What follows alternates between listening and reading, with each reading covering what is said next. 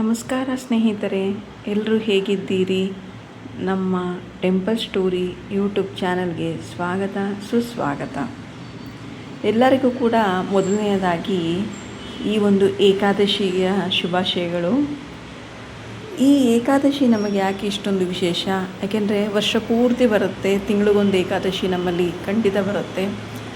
ಅದರಲ್ಲೂ ಕೂಡ ಈ ಏಕಾದಶಿ, ಈ ಆಷಾಢದ ಮಾಸದಲ್ಲಿ ಬರುವಂಥ ಏಕಾದಶಿ ಯಾಕೆ ತುಂಬ ವಿಶೇಷವನ್ನು ಹೊಂದಿರುತ್ತೆ?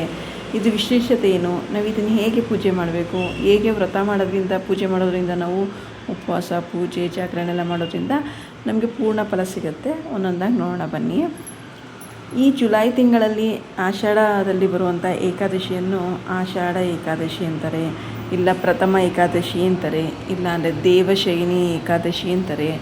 ಇನ್ನೂ ಹಲವಾರು ಹೆಸರುಗಳಿಂದಲೂ ಕೂಡ ಕರೀತಾರೆ. ನಮಗೆಲ್ಲರಿಗೂ ಗೊತ್ತಿರೋ ಒಂದು ಮಟ್ಟಿಗೆ ಆಷಾಢ ಏಕಾದಶಿ ಅಂತ ಎಲ್ಲರಿಗೂ ಕೂಡ ಖಂಡಿತ ಗೊತ್ತಿರುತ್ತೆ.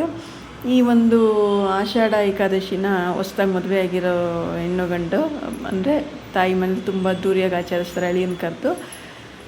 ಮತ್ತು ಇನ್ನೊಂದೇನಪ್ಪ ಅಂತ ಹೇಳಿದ್ರೆ, ಈ ಟೈಮಲ್ಲಿ ವಿಷ್ಣು ದೇವರು ಏನು ಮಾಡಿರ್ತಾರೆ ಅಂದರೆ ಕ್ಷೀರಸಾಗರದಲ್ಲಿ ನಿದ್ರೆಗೆ ಜಾರ್ತಾರೆ. ಅದು 4 ತಿಂಗಳು ನಿದ್ರೆಗೆ ಜಾರೋದ್ರಿಂದ ಈ ಚಾತುರ್ಮಾಸ ಅಂದರೆ ಈ ಚತುರ್ಮಾಸ ಅಂದರೆ ಈ 4 ತಿಂಗಳು ಅಂದರೆ ಆಷಾಢ ಏಕಾದಶಿಯಿಂದ ಕಾರ್ತೀಕ ಮಾಸದ ಏಕಾದಶಿವರೆಗೂ ಕೂಡ ತಿಳಿದಿರೋರು, ಅವ್ರ ಸಂಪ್ರದಾಯಕ್ಕೆ ಬಂದಿರೋರು ಯಾರನ್ನು ಕೂಡ ಒಳ್ಳೆ ಕೆಲಸಗಳೇನು ಮಾಡಲ್ಲ.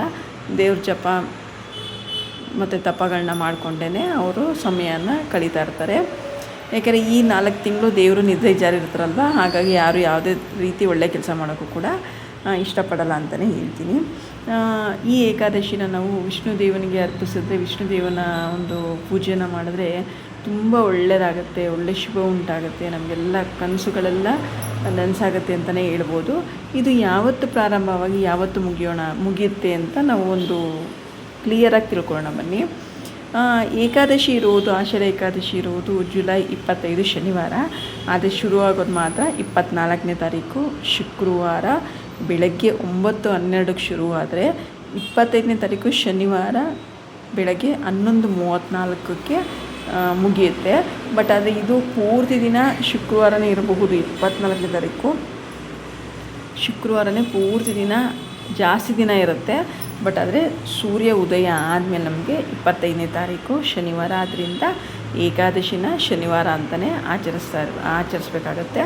ಉಪವಾಸ ಇರ್ತೀನಿ ಅಂತ ಹೇಳೋರು 24ನೇ ತಾರೀಕಿಂದ ಉಪವಾಸ ಇದ್ದು, ಯಾಕೆಂದರೆ ಒಂದು ದಿನ ರಾತ್ರಿ ಇದ್ದು ಬೆಳಗ್ಗೆ ತನಕ ಇರೋಕ್ಕಾಗಲ್ಲ ಅನ್ನೋರು ರಾತ್ರಿಗೆ ಏನಾದ್ರು ಉಪಹಾರ ಅಂದರೆ ಲಘು ಉಪಹಾರ ಅಂದರೆ ಒಂದು ಉಪ್ಪಿಟ್ಟು, ಅವಲಕ್ಕಿನೋ, ಹಣ್ಣು, ಹಾಲು ತೊಗೊಂಡು ಉಪವಾಸ ಮಾಡಿ ಅದು ಮಾರನೇ ಬೆಳಗ್ಗೆ ಶನಿವಾರ ಬೆಳಗ್ಗೆ ಎದ್ದು ಮನೆಯೆಲ್ಲ ಸ್ವಚ್ಛಗೊಳಿಸಿ ದೇವ್ರ ಮನೆಗೆಲ್ಲ ಕ್ಲೀನ್ ಮಾಡಿ ಹೂವು ಇಟ್ಟು ಮಾಮೂಲಿ ಎಲ್ಲರಿಗೂ ಗೊತ್ತಿರೋಂಗೆ ಫಲ ಪುಷ್ಪ ತಾಂಬೂಲಗಳಿಂದ ಅಲಂಕರಿಸಿ ದೇವರಿಗೆ ಕೈ ಮುಗಿದು ಆವಾಗ ನಾವು ಉಪವಾಸನ ಕೈ ಬಿಡ್ಬೋದು.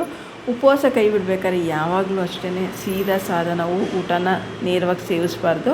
ಅದ್ರ ಬದಲಾಗಿ ನಾವು ತುಳಸಿ ನೀರನ್ನ ಫಸ್ಟು ಸೇವಿಸಿ ನೀರನ್ನು ಕುಡಿದು ಆಮೇಲೆ ನಾವು ದೇವ್ರನ್ನ ನಮಸ್ಕರಿಸಿ ಉಪವಾಸ ಕೈ ಬಿಡ್ತಾಯಿದ್ದೀವಿ ಅಂತೇಳಿ ಊಟ ಮಾಡೋದ್ರಿಂದ ನಮಗೆ ಒಳ್ಳೆ ಫಲ ಸಿಗುತ್ತೆ ಅಂತಲೇ ಹೇಳ್ಬೋದು. ಈ ಥರ ಒಂದೊಂದು ವಿಶೇಷವಾದ ದಿನ ಬಂದಾಗ ಆ ದಿನನ ನಾವು ಬಿಡದೇನೆ ಆ ದಿನಗಳಲ್ಲಿ ಏನು ವಿಶೇಷ ಇರುತ್ತೆ ಅದನ್ನು ಆಚರಿಸೋದ್ರಿಂದ ತುಂಬ ಒಳ್ಳೆಯದಾಗುತ್ತೆ ಅಂತಲೇ ಹೇಳ್ಬೋದು. ಇನ್ನೊಂದು ಏನಪ್ಪ ಅಂತ ಹೇಳಿದ್ರೆ, ಈ ಏಕಾದಶಿಲಿ ವಿಷ್ಣುವಿಗೆ ತುಂಬ ಪ್ರಾಮುಖ್ಯತೆ ಇರುತ್ತೆ.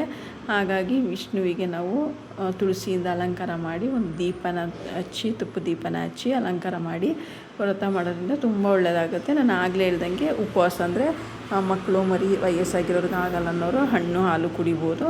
ಮತ್ತು ಪ್ರೆಗ್ನೆಂಟ್ ಇರೋರಾಗಿರ್ಬೋದು, ಬಾಣಂತಿರ್ಬೋದು, ಅವರೆಲ್ಲ ಏನೂ ಮಾಡೋದು ಬೇಡ. ಆಗುತ್ತೆ ನಾವು ಮಾಡ್ತೀನಿ ಅಂದವರು ಶುಕ್ರವಾರದಿಂದನೇ ಮಾಡಿ ಶನಿವಾರಕ್ಕೆ ನಾವು ಉಪವಾಸ ಕೈ ಬಿಡ್ಬೋದು ಅಂತಲೇ ಹೇಳ್ತೀನಿ. ಈ ವಿಡಿಯೋ ನಿಮಗೆ ಇಷ್ಟ ಆಗಿರುತ್ತೆ ಅಂತ ಅಂದ್ಕೊಂಡಿದ್ದೀನಿ. ನಿಮಗೇನಾದರೂ ಇಷ್ಟ ಆಗಿದರೆ ದಯವಿಟ್ಟು ಎಲ್ಲರೂ ಕೂಡ ಸಹಕರಿಸಿ, ಮುಂದೆ ಇದೇ ರೀತಿ ಒಳ್ಳೊಳ್ಳೆ ವಿಷಯಗಳನ್ನ ತೊಗೊಂಬರೋಕ್ಕೆ ಪ್ರಯತ್ನ ಮಾಡ್ತೀನಿ ಅಂತ ಹೇಳ್ತಾ, ನಿಮಗೇನಾದ್ರು ಇಷ್ಟ ಆಗಿದ್ರೆ ದಯವಿಟ್ಟು ಒಂದು ಲೈಕ್ ಕೊಡಿ, ಹಾಗೆ ಕಮೆಂಟ್ ಮಾಡಿ, ಶೇರ್ ಮಾಡಿ, ಹೀಗೆ ಸಹಕರಿಸ್ತಾ ಇರಿ. ನಿಮ್ಮೆಲ್ಲರ ಬೆಂಬಲ ನನಗೆ ಖಂಡಿತ ಬೇಕು ಅಂತ ಹೇಳ್ತಾ ಇವತ್ತಿನ ವಿಡಿಯೋನ ಇಲ್ಲಿಗೆ ಮುಗಿಸ್ತಾ ಇದ್ದೀನಿ. ಧನ್ಯವಾದಗಳು ಸ್ನೇಹಿತರೆ. ಮತ್ತೊಂದು ವಿಡಿಯೋದಲ್ಲಿ ಸಿಗೋಣ.